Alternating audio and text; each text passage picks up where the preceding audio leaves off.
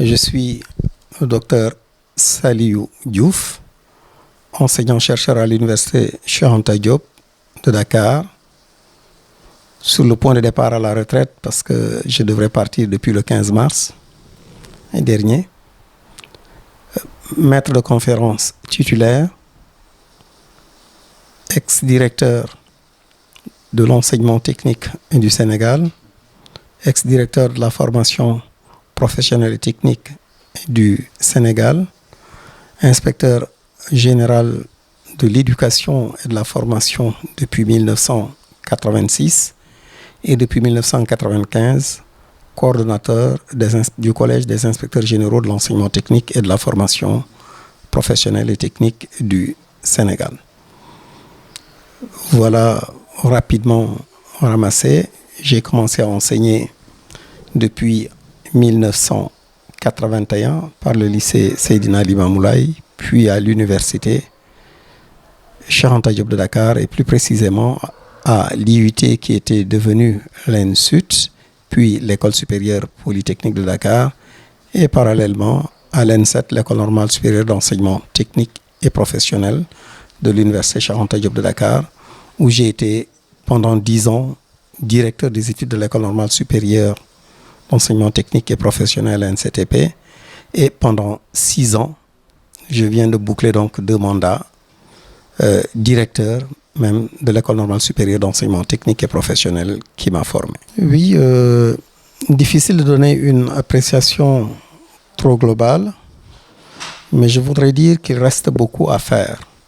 Il y a des efforts qui se font, il reste encore à faire, et par rapport à l'éducation de façon globale, la part consacrée à l'enseignement technique et à la formation professionnelle reste en dessous des 7% du budget de l'éducation et un peu moins même de 2% du budget national de l'État. Cela va sans dire, le nombre d'apprenants fait effectivement moins de 2% de l'effectif des élèves du Sénégal. Pour ainsi dire que d'un point de vue effectif d'élèves qu'on appelle apprenants dans l'enseignement technique et la formation professionnelle, parfois vous ne m'entendrez pas parler d'élèves, mais plutôt d'apprenants, parce que dans l'enseignement technique et la formation professionnelle, le terme consacré, c'est apprenant.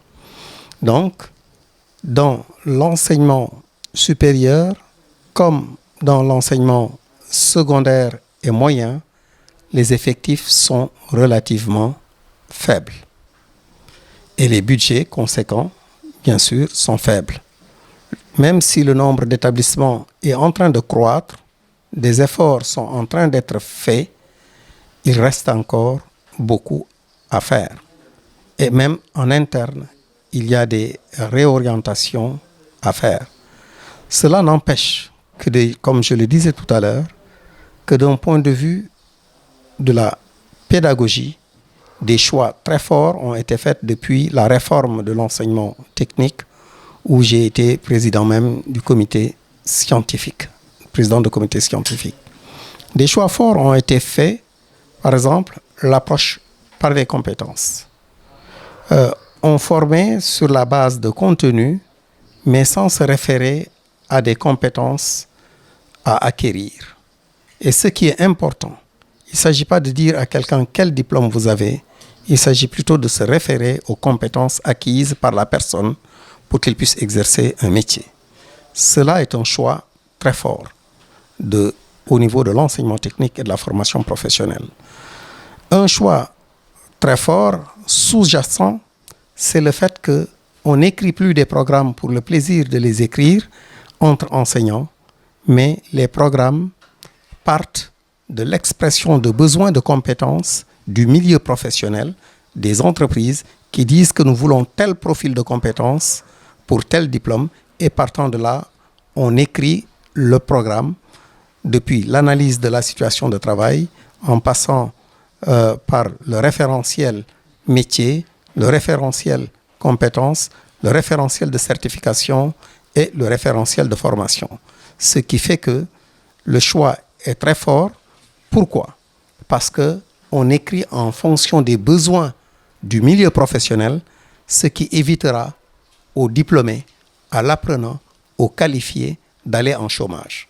Parce qu'on a dit effectivement ce dont le Sénégal a besoin, ce dont le milieu professionnel sénégalais a besoin, ce dont l'entreprise a besoin, mais surtout, dans cette formation, on donne aussi des outils qu'on appelle les techniques entrepreneuriales où le diplômé, le qualifié, a des outils qui lui permettent aussi de créer son entreprise. C'est aussi un choix très fort. Il y a aussi quelque chose qui est extrêmement important depuis la réforme. C'est le cas des apprentis. La prise en charge de l'apprentissage rénové. Pendant très longtemps, on a pu constater dans le milieu, dans les garages par exemple, dans des ateliers de menuiserie, dans des ateliers de tailleurs, etc., qu'il y avait des jeunes qui étaient compétents et parfois même dans des entreprises qui n'étaient pas bien payées parce que tout simplement, ils n'avaient pas de diplôme. On a intégré donc dans cette réforme un outil qui est très important, c'est la VAE, la valorisation des acquis de l'expérience. Ce qui fait que sans aller forcément à l'école, on peut acquérir des compétences dans un garage, avoir des compléments de formation dans ce qu'on appelle des centres ressources. Par exemple, on peut être électricien dans un garage, on vérifie et on évalue les compétences acquises. Ce qui reste dans une école toute proche, on lui inculque les compétences, on lui installe les compétences qui lui manquaient, et ce qui fait qu'il pourra passer son diplôme sans même être à l'école. Voilà ce que nous rapporte la VAE, ce qui fait que tout un tas de jeunes qui étaient mal payés parfois, parce que n'étant pas diplômés, sont remis à leur place. Plus est encore, quelque chose qui est extrêmement important, c'est les titres. Pendant longtemps, il y a eu des organisations, mais on ne pensait pas à ce qu'on appelle des titres. Je ne pourrais pas m'étendre là-dessus. En plus des diplômes, il y a ce qu'on appelle les titres, et c'est des corps de métier, des organisations.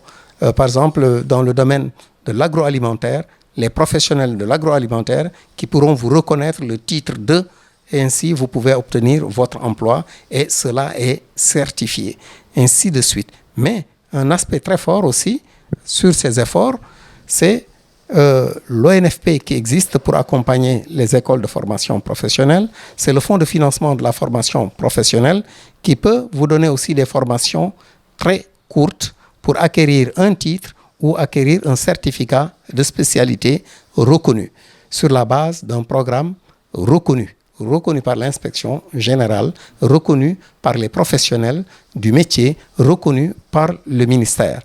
Ces formations peuvent être des formations de courte durée. Il y a des formations de 3 mois, des formations de 6 mois, de 9 mois et même parfois de plus d'1 an pour que la personne, dans une formation bien ciblée à travers des compétences relativement conséquentes pour exercer un métier, la personne est formée et on lui délivre ce qu'on appelle un certificat de spécialité, un certificat de compétence spéciale. Donc, et tout cela est financé avec l'appui d'organismes de l'État. Donc, grosso modo, il n'y a pas suffisamment ce qu'il faut, mais il y a un élan marqué et un très bon départ pourvu qu'on puisse renforcer le budget et développer ces bases acquises pour un enseignement technique et une formation professionnelle de qualité en quantité et en nombre suffisant. Voilà, donc, il ne s'agit pas de dire que ce n'est pas bon. Il y a un très bon élan, il y a de très bonnes décisions. Il faut doter un budget et des décisions importantes ont été prises pour que plus de 30% des apprenants puissent être orientés dans l'enseignement technique et la formation professionnelle. Encore faudrait-il réaliser cela. Voilà globalement ce que cela nous donne. Et ainsi, nous avons des ingénieurs, nous avons des techniciens supérieurs, des techniciens spécialisés, des ouvriers spécialisés. Les chantiers sont grands. Encore faudrait-il que les structures aussi soient améliorées. Et c'est en train d'être fait, mais encore beaucoup d'efforts restent à faire.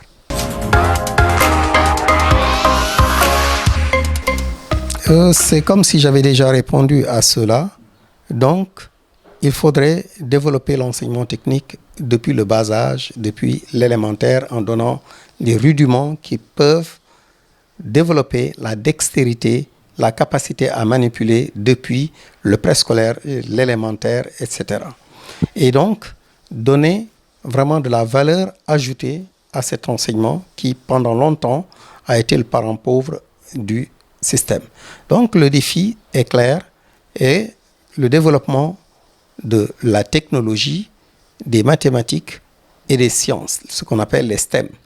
Et donc, le Sénégal se doit de s'orienter globalement dans ces STEM pour pouvoir se développer. Parce que si vous regardez un peu, les diplômes littéraires font plus de presque 90% des diplômes. Et pour un pays qui veut se développer, ce n'est pas ce qu'il nous faudrait. Certainement, il faut aller vers un équilibre. Je ne dis pas 50%, 50%, mais encore, il y a beaucoup d'efforts à faire de ce point de vue, dans la diversification des filières et surtout dans la suppression parfois même de filières qui ne serviraient à rien dans l'enseignement technique et la formation professionnelle. Il y a beaucoup de filières qui ne sont pas embrassées, il y a des filières qui sont embrassées, mais où il y a insuffisance. Si dans ces moins de 2%, si vous regardez dans le domaine agricole, quand je parle de l'agriculture, il s'agit de l'élevage, de l'agriculture à proprement parler, etc., et de la pêche, nous avons moins de 2% de ces 2% d'élèves dans ces domaines. Or, pour développer le Sénégal, il faut aller dans le sens véritable du développement de l'agriculture.